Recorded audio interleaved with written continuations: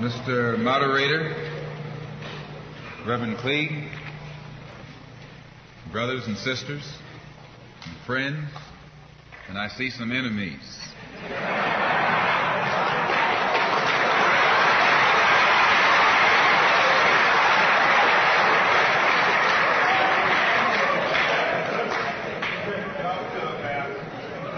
In fact, I think we'd be fooling ourselves if we had an audience this large and didn't realize that there were some enemies present.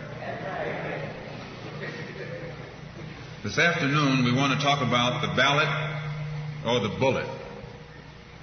The ballot or the bullet explains itself. But before we get into it, since this is the year of the ballot or the bullet, I would like to clarify some things that refer to me personally concerning my own personal position. I'm still a Muslim. That is, my religion is still Islam.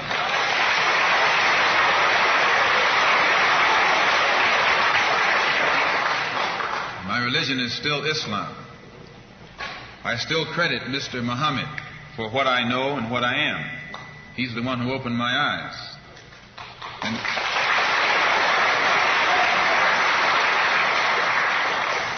at present, I'm the minister of the newly founded Muslim Mosque Incorporated, which has its offices in the Teresa Hotel right in the heart of Harlem. That's the Black Belt in New York City.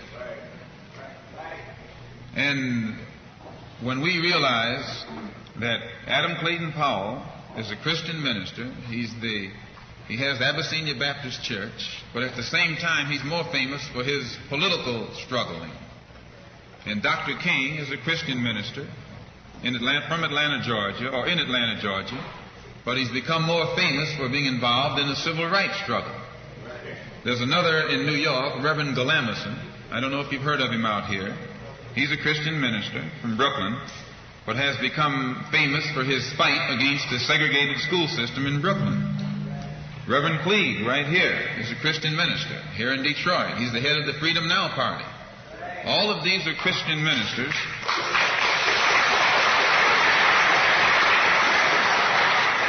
All of these are Christian ministers, but they don't come to us as Christian ministers. They come to us as fighters in some other category. I'm a Muslim minister. The same as they are Christian ministers, I'm a Muslim minister. And I don't believe in fighting today in any one front, but on all fronts.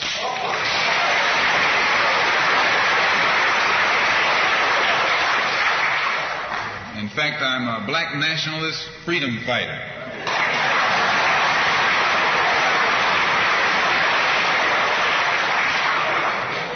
Islam is my religion, but I believe my religion is my personal business.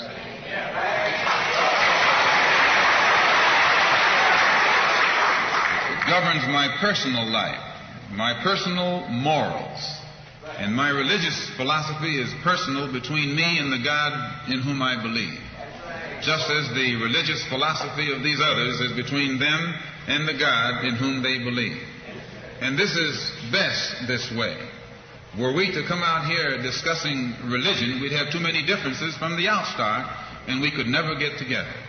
So today, though Islam is my religious philosophy, my political, economic, and social philosophy is black nationalism. You and I...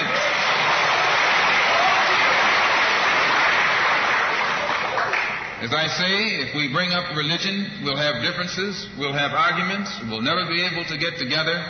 But if we keep our religion at home, keep our religion in the closet, keep our religion between ourselves and our God, but when we come out here, we have a fight that's common to all of us against the enemy who is common to all of us.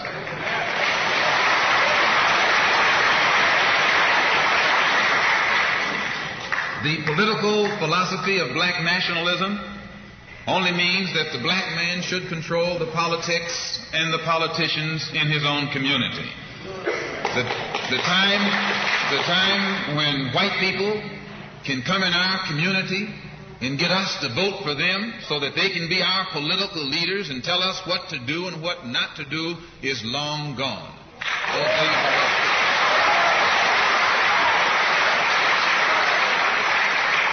By the same token, the time when that same white man, knowing that your eyes are too far open, can send another Negro into the community, get you and me to support him so he can use him to lead us astray, those days are long gone.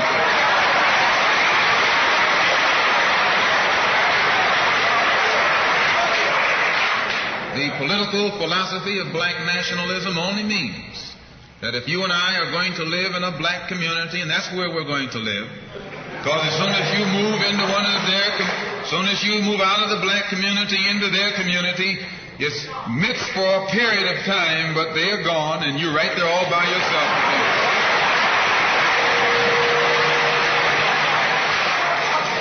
We must understand the politics of our community, and we must know what politics is supposed to produce.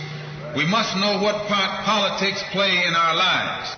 And until we become politically mature, we will always be misled, led astray, or deceived or maneuvered into supporting someone politically who doesn't have the good of our community at heart. So the political philosophy of black nationalism only means that we will have to carry on a political program of re-education to open our people's eyes, make us become more politically conscious, politically mature. And then we will, whenever we get ready to cast our ballot, that ballot will be cast for a man of the community who has the good of the community at heart. And the economic philosophy of black nationalism only means that we should own and operate and control the economy of our community. You can't open up a black store in a white community. White man won't even patronize you. And he's not wrong. He got sense enough to look out for himself. And it's you who don't have sense enough to look out for yourself.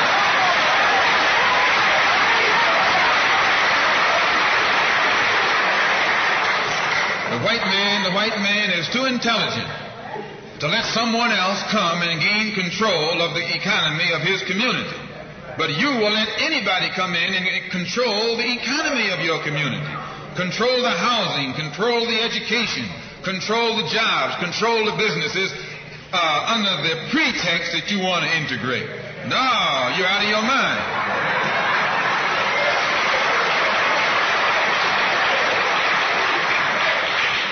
The economic philosophy of black nationalism only means that we have to become involved in a program of re-education to educate our people into the importance of knowing that when you spend your dollar out of the community in which you live, the community in which you spend your money becomes richer and richer. The community out of which you take your money becomes poorer and poorer.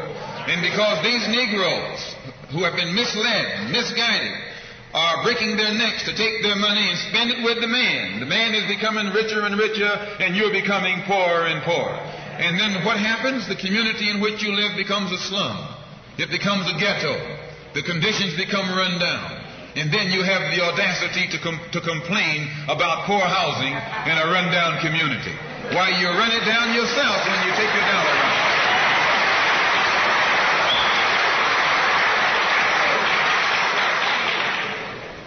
And you and I are in a double trap, because not only do we lose by taking our money someplace else and spending it, when we try and spend it in our own community, we're trapped because we haven't had sense enough to set up stores and control the businesses of our community.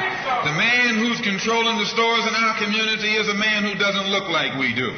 He's a man who doesn't even live in the community. So you and I, even when we try and spend our money in the block where we live or the area where we live, we're spending it with a man who, when the sun goes down, takes that basket full of money in another part of the town.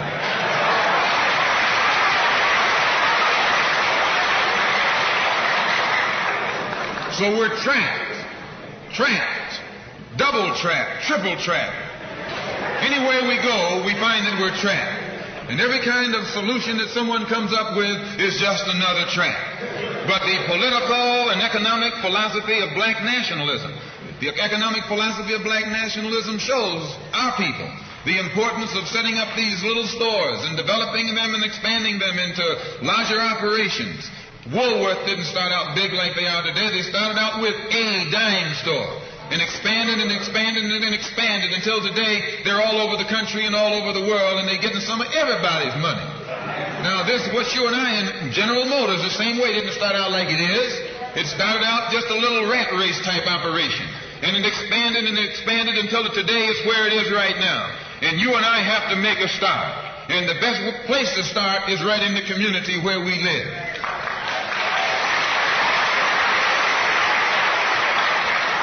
So our people not only have to be re-educated to the importance of supporting black business, but the black man himself has to be made aware of the importance of going into business. And once you and I go into business, we own and operate at least the businesses in our community. What we will be doing is developing a situation wherein we will actually be able to create employment for the people in the community. And once you can create some employment in the community where you live, it will eliminate the necessity of you and me having to act ignorantly and disgracefully, boycotting and picketing some cracker someplace else, trying to beg him for a job.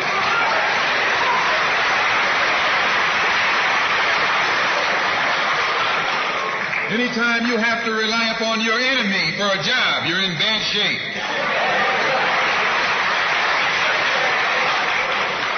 And he is your enemy.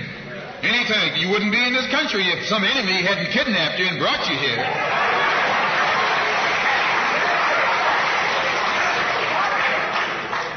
On the other hand, some of you think you came here on the Mayflower.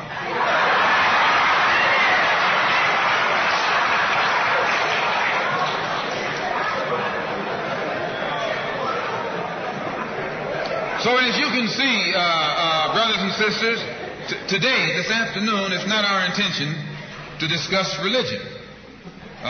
We're going to forget religion. If we bring up religion, we'll be in an argument. And the best way to keep away from arguments and differences, as I said earlier, put your religion at home, in the closet. Keep it between you and your God. Because if it hasn't done anything more for you than it has, you need to forget it anyway.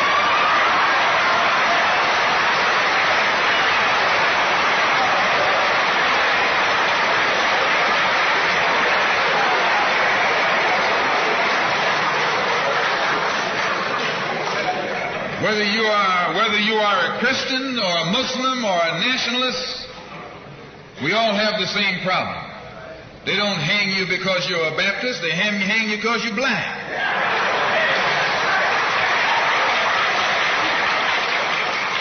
They don't attack me because I'm a Muslim, they attack me because I'm black. They attack all of us for the same reason. All of us catch hell from the same enemy. We're all in the same bag, in the same boat. We suffer political oppression, economic exploitation, and social degradation. All of them from the same enemy. The government has failed us. You can't deny that. Anytime you live in the 20th century, 1964, and you walking around here singing, "We shall overcome," the government has failed us.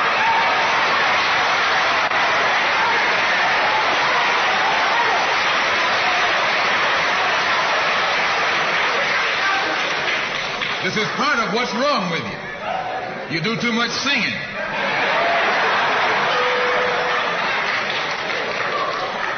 Today it's time to stop singing and start swinging.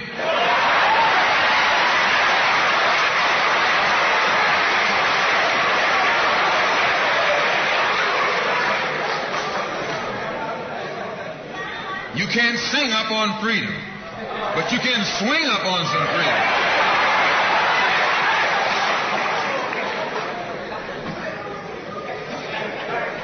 Cassius Clay can sing, but singing didn't help him to become the heavyweight champion of the world. Swinging helped him become the heavyweight.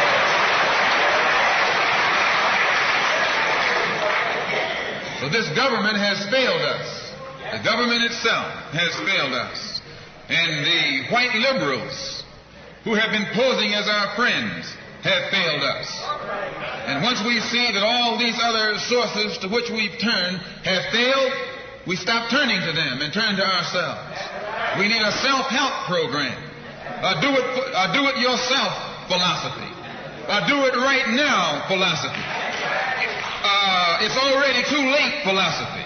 This is what you and I need to get with. And the only way we're going to solve our problem is with a self-help program. Before we can get a self-help program started, we have to have a self-help philosophy. Black nationalism is a self-help philosophy. What's so good about it, you can stay right in the church where you are and still take black nationalism as your philosophy. You can stay in any kind of civic organization that you belong to and still take black nationalism as your philosophy. You can be an atheist and still take black nationalism as your philosophy. This is a philosophy that eliminates the necessity for division and argument. Because if you're black, you should be thinking black. And if you're black and you're not thinking black at this late date, well, I'm sorry for you.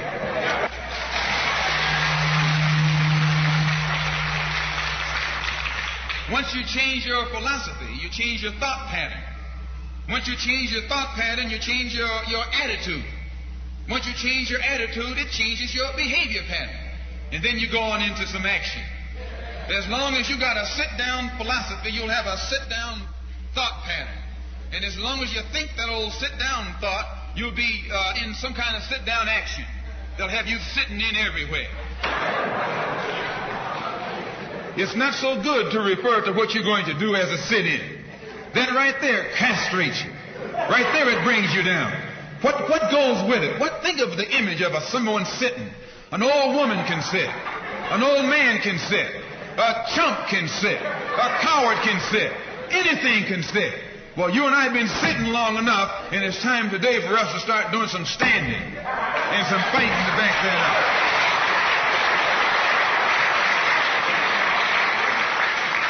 When we look at other parts of this earth upon which we live, we find that black, brown, red, and yellow people in Africa and Asia are getting their independence. They're not getting it by singing, "We shall overcome." No, they're getting it through nationalism. It is nationalism that brought about the independence of the people in Asia. Every nation in Asia gained its independence through the philosophy of nationalism. Every nation on the African continent that has gotten its independence brought it about through the philosophy of nationalism.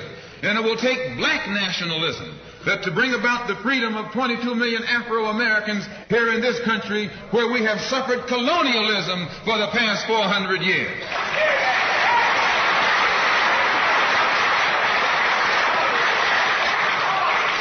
America is just as much a colonial power as England ever was. America is just as much a colonial power as France ever was. In fact, America is more so a colonial power than they, because she's a hypocritical colonial power behind it.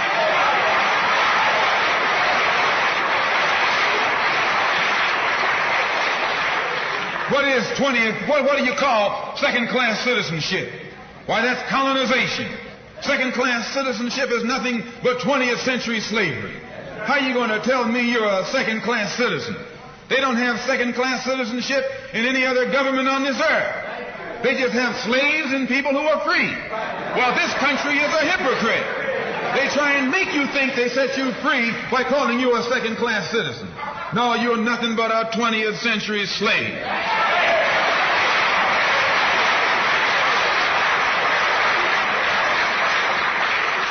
Just as it took nationalism to remove colonialism from Asia and Africa, it'll take black nationalism today to remove colonialism from the backs and the minds of 22 million Afro-Americans here in this country. And 1964 looks like it might be the year of the ballot or the bullet.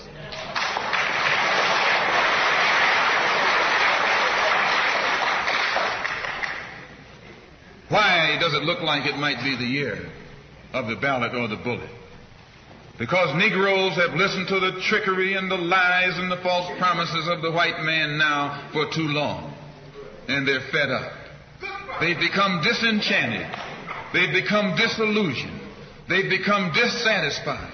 And all of this has built up frustrations in the black community that makes the black community throughout America today more explosive than all of the atomic bombs the Russians can ever invent.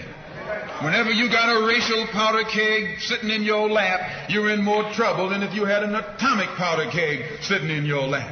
When a racial powder keg goes off, it doesn't care who it knocks out the way. Understand this, it's dangerous. And in 1964, this seems to be the year. Because what can the white man use now to fool us? After he put down that march on Washington, and you see all through that now, he tricked you, had you marching down to Washington. Yes, had you marching back and forth between the feet of a dead man named Lincoln and another dead man named George Washington, singing "We Shall Overcome."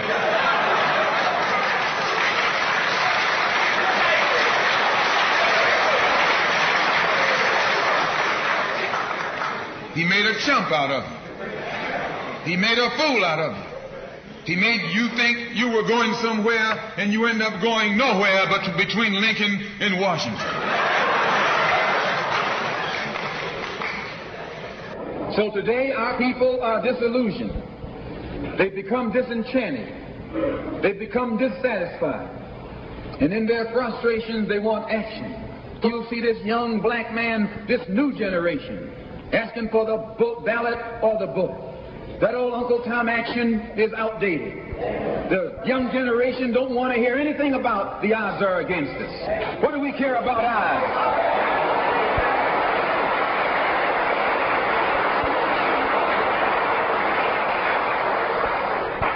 When this country here was first being founded, there were 13 colonies. The whites were colonized. They were fed up with this taxation without representation. So some of them stood up and said, liberty or death.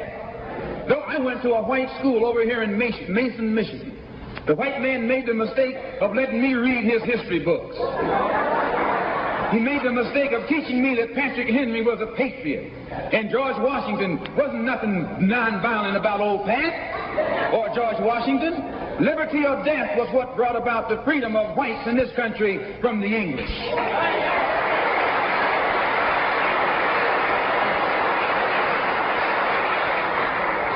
They didn't care about the odds. Why, they faced the wrath of the entire British Empire. And in those days, they used to say that the British Empire was so vast and so powerful when the sun would never set on it. This is how big it was. Yet these 13 little scrawny states, tired of taxation without representation, tired of being exploited and oppressed and degraded, told that big British Empire, liberty or death. And here you have 22 million Afro-Americans, black people today, catching more hell than Patrick Henry ever saw.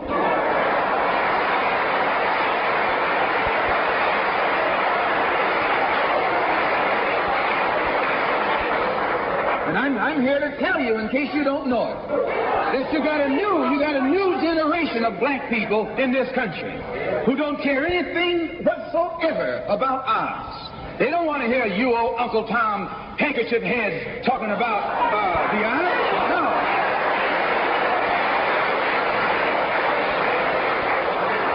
This is a new generation.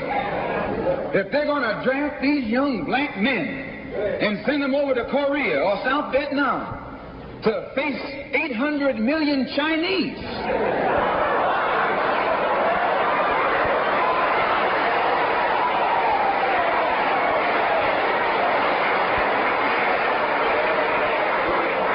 If you're not afraid of those odds, you shouldn't be afraid of these odds.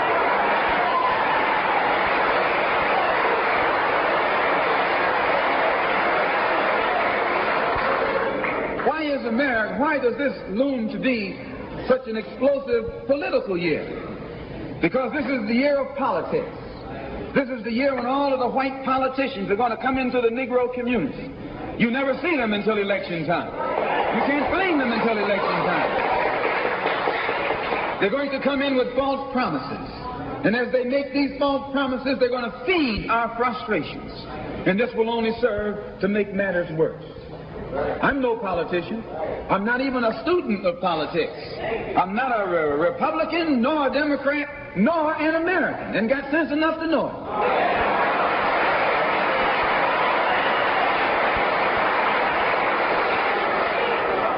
I'm one of the 22 million black victims of the Democrats. One of the 22 million black victims of the Republicans, and one of the 22 million black victims of Americanism.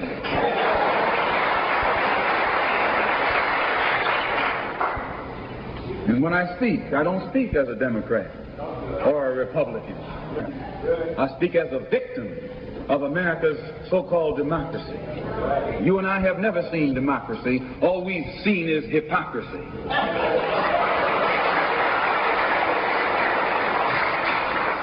When we open our eyes today and look around America, we see America not through the eyes of someone who has enjoyed the fruits of Americanism. We see America through the eyes of someone who has been the victim of Americanism. We don't see any American dream. We've experienced only the American nightmare. We haven't benefited from America's democracy. We've only suffered from America's hypocrisy. And the generation that's coming up now can see it and are not afraid to say it. If you go to jail, so what? If you're black, you were born in jail.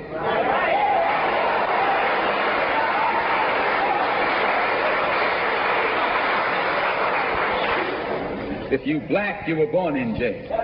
In the North as well as the South. Stop talking about the South. Long as you're south of the Canadian border, you're south.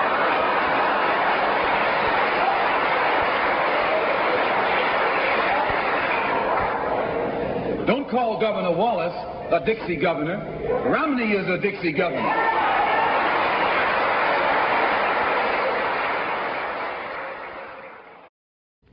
$22 million black victims of Americanism are waking up, and they're gaining a new political consciousness, becoming politically mature. And as they develop this political maturity, they're able to see the recent trends in these political elections. They see that the whites are so evenly divided that every time they vote, the race is so close they have to go back and count the votes all over again. And which means that any block, any minority that has a block of votes that stick together is in a strategic position. Either way you go, that's who gets it. You're in a position to determine who go to the White House and who stay in the doghouse. You're the one who has that power. You can keep Johnson in Washington, D.C., or you can send him back to his Texas cotton patch.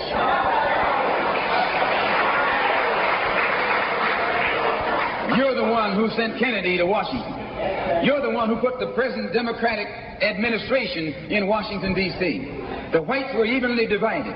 It was the fact that you threw 80% of your votes behind the Democrats that put the Democrats in the White House. When you see this, you can see that the Negro vote is the key factor. And despite the fact that you are in a position to be the determining factor, what do you get out of it? The Democrats have been in Washington, D.C. only because of the Negro vote. They've been down there 4 years. And all other legislation they wanted to bring up, they brought it up and gotten it out of the way, and now they bring up you. And now they bring up you. You put them first and they put you last. Because you're a chump.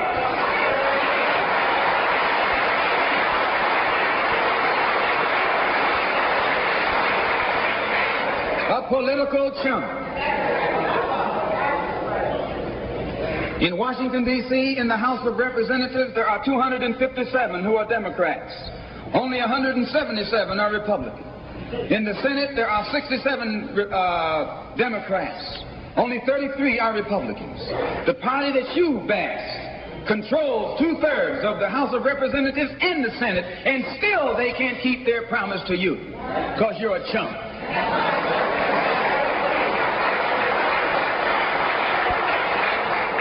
Anytime you throw your weight behind a political party that controls 2/3 of the government, and that party can't keep the promise that it made to you during election time, and you're dumb enough to walk around continuing to identify yourself with that party, you're not only a chump, but you're a traitor to your race.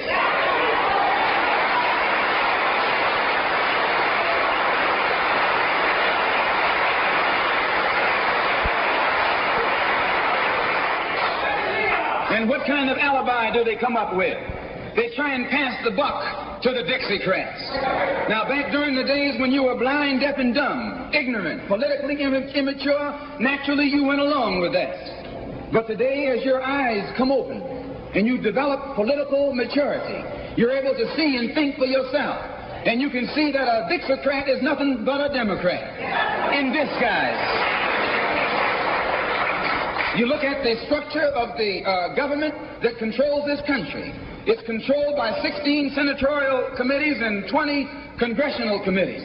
Of the 16 senatorial committees that run the government, 10 of them are in the hands of Southern segregationists. Of the 20 congressional committees that run the government, 12 of them are in the hands of Southern segregationists. And they're going to tell you and me that the South lost the war.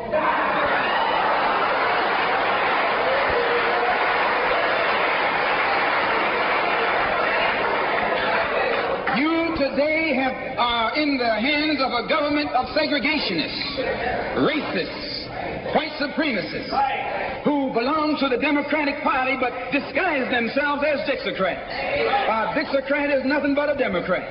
Whoever runs the Democrats is also the father of the Dixiecrats, and the father of all of them is sitting in the White House.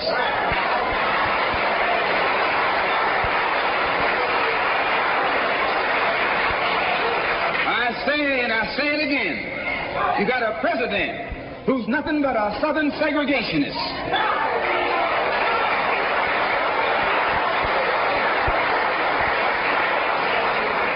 From the state of Texas. They'll lynch you in Texas as quick as they'll lynch you in Mississippi. Only in Texas, they lynch you with a Texas accent. In Mississippi, they lynch you with a Mississippi accent. And the first thing the cracker does when he comes in power, he takes all the Negro leaders and invites them for coffee to show that he's all right. And those Uncle Toms can't pass up the coffee.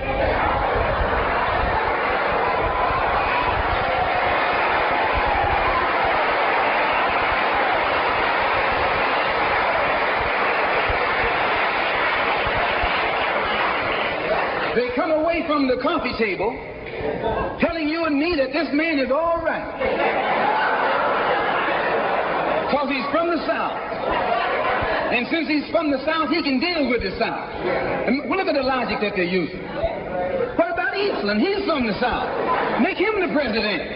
If Johnson is a good man because he's from Texas, and being from Texas will enable... If Johnson is a good man because he's from Texas, and being from Texas will enable him to deal with the South, Eastland can deal with the South better than Johnson. Oh, I say, you've been misled. You've been had. You've been took.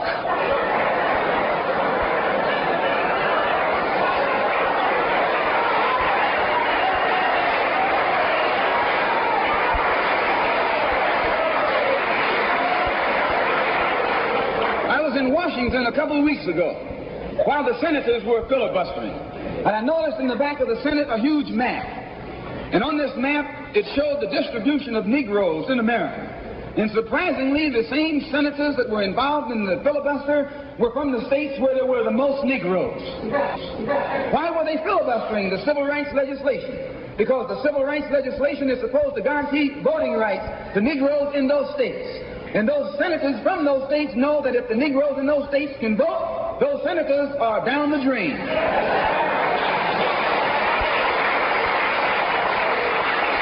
The representatives of those states go down the drain. And in the Constitution of this country, it has a stipulation wherein whenever the rights, the voting rights of people in a certain district are violated, then the representative who's from that particular district, according to the Constitution, is supposed to be expelled from the Congress. Now, if this particular aspect of the Constitution was enforced, why, you wouldn't have a cracker in Washington, D.C.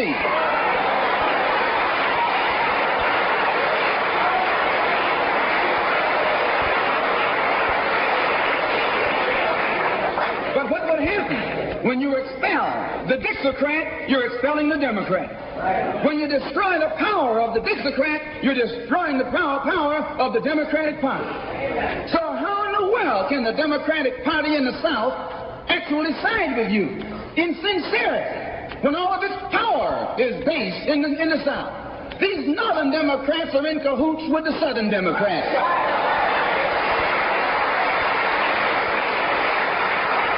They're playing a giant con game, a political con game. You know how it goes. One of them comes to you and make believe he's for you. And he's in cahoots with the other one that's not for you. Why? Because neither one of them is for you.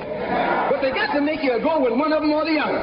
So this is a con game. And this is what they've been doing with you and me all these years.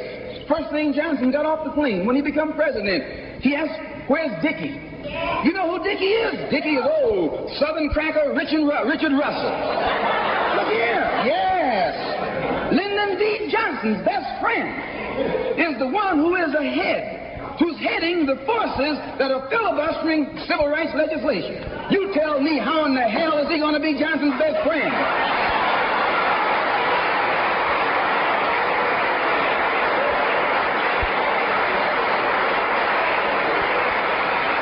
How can Johnson be his friend and your friend too? No, that man is too tricky, especially if his friend is still old Dickie.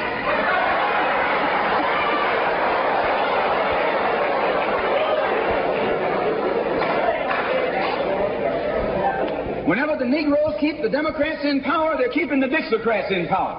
This is true. A vote for a Democrat is nothing but a vote for a Dixiecrat.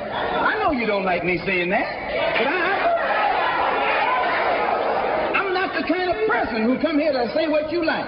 I'm going to tell you the truth whether you like it or not.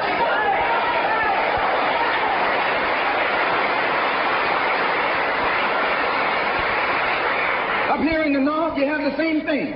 The Democratic Party don't do it. They don't do it that way. They got a thing that they call gerrymandering. They maneuver you out of power. Even though you can vote, they fix it so you're voting for nobody. They got you going and coming. In the South, they're outright political wolves. In the North, they're political foxes. A fox and a wolf are both canine. Both belong to the dog family.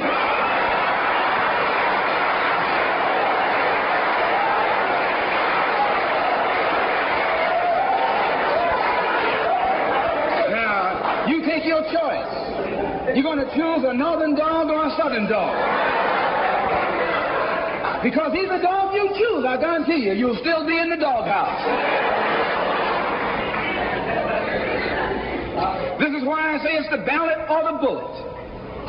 It's liberty or it's death. It's freedom for everybody or freedom for nobody.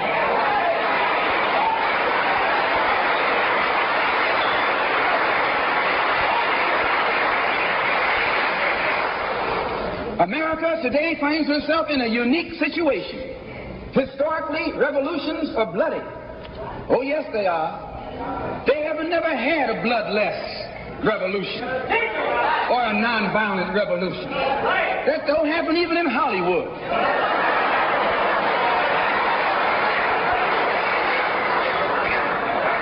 You don't have a revolution in which you love your enemy. And you don't have a revolution in which you are begging the system of exploitation to integrate you into it.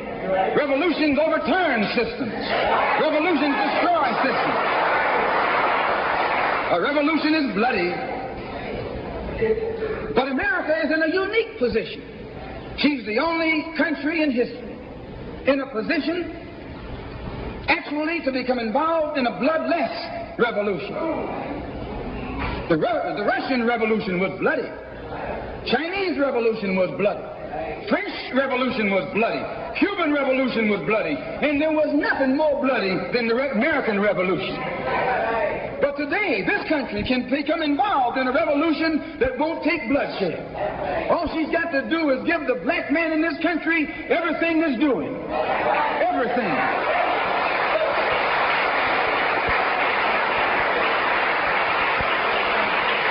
I hope that the white man can see this. Because if you don't see it, you're finished. If you don't see it, you're going to become involved in some action in which you don't have a chance. And we don't care anything about your atomic bomb. It's useless. Because other countries have atomic bombs. When 2 or 3 different countries have atomic bombs, nobody can use it. So it means that the white man today is without a weapon. If you want some action, you got to come on down to earth. And there's more black people on earth than there are white people on earth.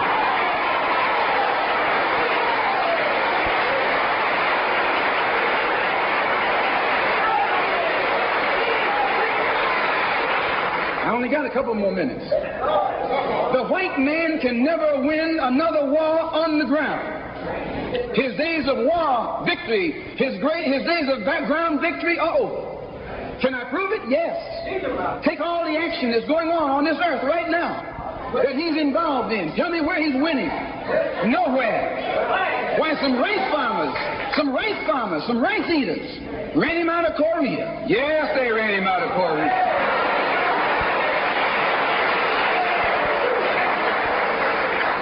Rice eaters with nothing but gym shoes and a rifle and a bowl of rice. Took him and his tanks and his napalm and all that other action he's supposed to have and ran him across the Yalu. Why? Because the day that he can win on the ground is past. Up in French Indochina, those little peasants, rice growers, took on the might of the French army and ran all the Frenchmen. You remember Dien Bien Phu? No.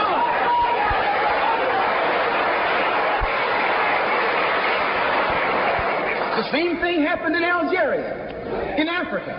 They didn't have anything but a rifle. The French had all these highly mechanized instruments of warfare. But they put some guerrilla action on. And a white man can't fight a guerrilla warfare. Guerrilla action takes heart, takes nerve, and he doesn't have that.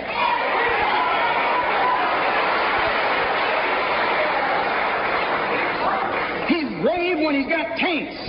He's brave when he's got planes. He's brave when he's got bombs. He's brave when he got a whole lot of company along with him. But you take that little man from Africa and Asia, turn him loose in the woods with a blade.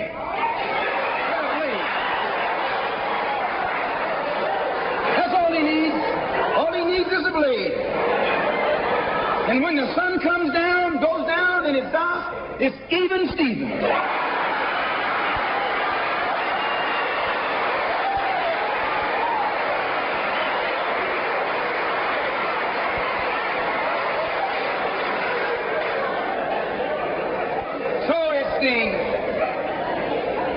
It's the ballot or the bullet.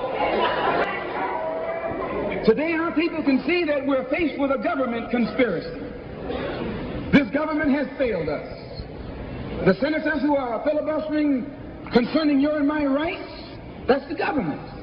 Don't say it's Southern senators, this is the government. This is the government filibuster. It's not a segregationist filibuster.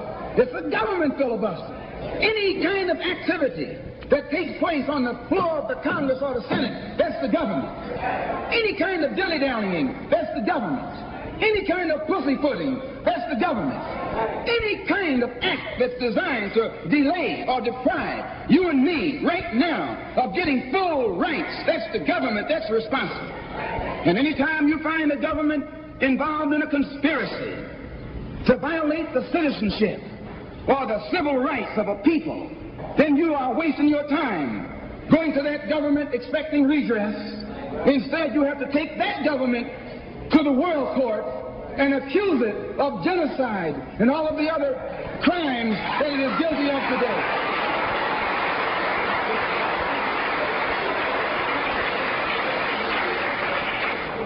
So those of us whose political and economic and social philosophy is black nationalism have become involved in the civil rights struggle.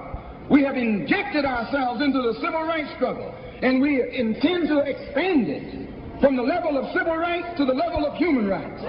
As long as you fight it on the level of civil rights, you're under Uncle Sam's jurisdiction. You're going to his court expecting him to correct the problem. He created the problem. He's the criminal.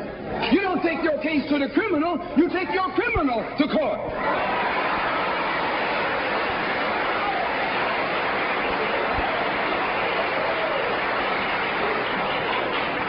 When the government of South Africa began to trample upon the human rights of the people of South Africa, they were taken to the UN.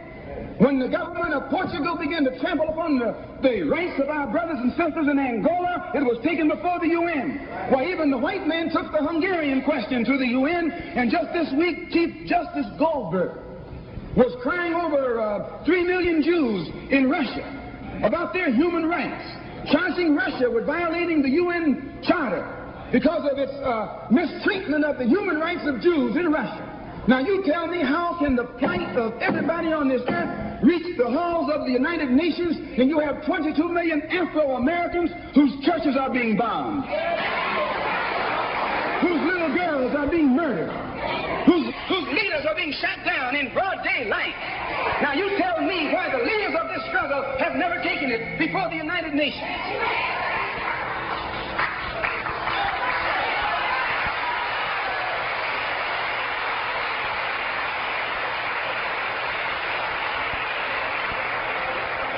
So our next move is to take the entire civil rights struggle problem into the United Nations.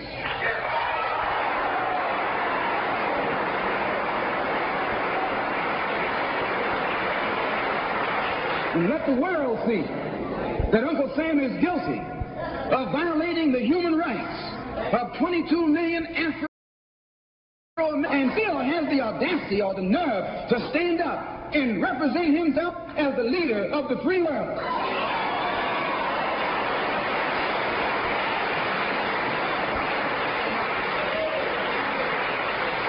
Not only is he a crook, he's a hypocrite. Here he is standing up in front of other people, Uncle Sam, with the blood of your and my mothers and fathers on his hands, with the blood dripping down his jaws like a bloody-jawed wolf, and still got the nerve to point his finger at other countries. You can't even get civil rights legislation. And this man has got the nerve to stand up and talk about South Africa, or talk about Nazi Germany, or talk about Portugal. No more days like those.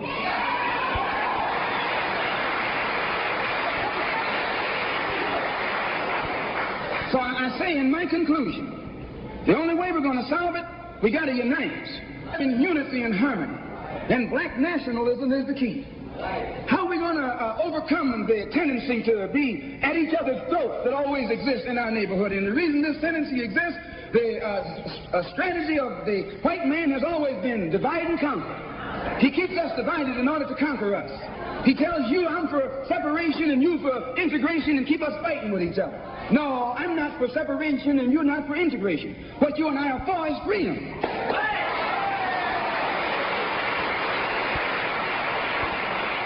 Only you think that integration will get you freedom. I think separation will get me freedom. We both got the same objective.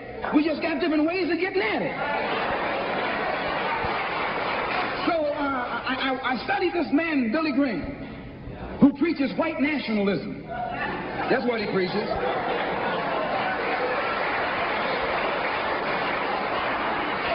I say that's what he preaches. The whole church structure in this country is white nationalism. You go inside a white church, that's what they're preaching, white nationalism. They got Jesus white, Mary white, God white, everybody white. That's white nationalism.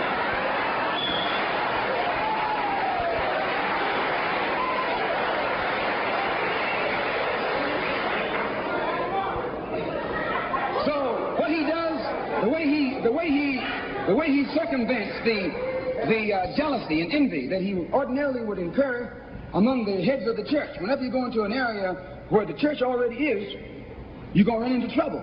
Because they got that thing, what you call it, syndicated. So they got a syndicate just like the racketeers have. I'm going to say what's on my mind because the preachers already proved to you that they got a syndicate.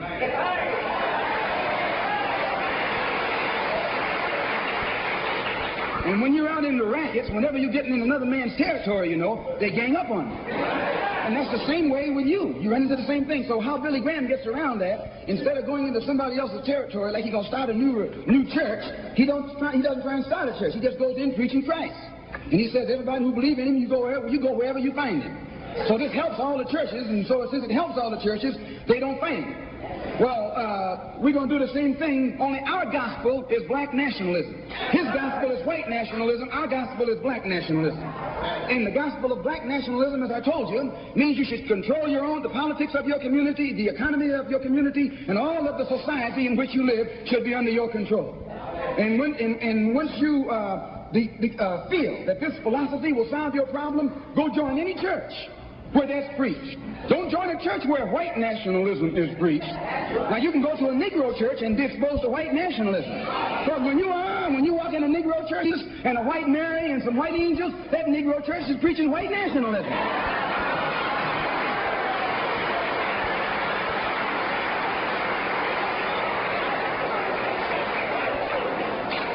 When you go to a church and you see the pastor of that church with a philosophy and a program that's designed to bring black people together and elevate black people, join that church. Join that church.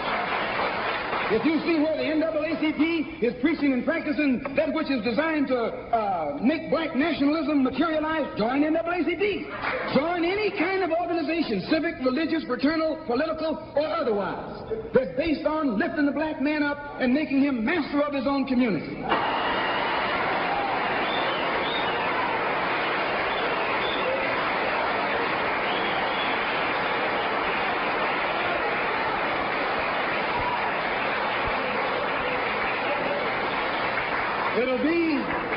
It'll be the ballot, or it'll be the vote. It'll be liberty, or it'll be death. And if you're not ready to pay that price, don't use the word freedom in your vocabulary. One more thing. I was on a program in Illinois recently with Senator Paul Douglas, a so-called liberal, so-called Democrat, so-called white man. At which time he told me that our African brothers were not interested in us in Africa. He says the Africans aren't interested in the American Negro. I knew he was lying. But during the next 2 or 3 weeks, it's my intention and plan to make a tour of our African homeland. And I hope that when I come back, I'll be able to come back and let you know how our African brothers and sisters feel toward us.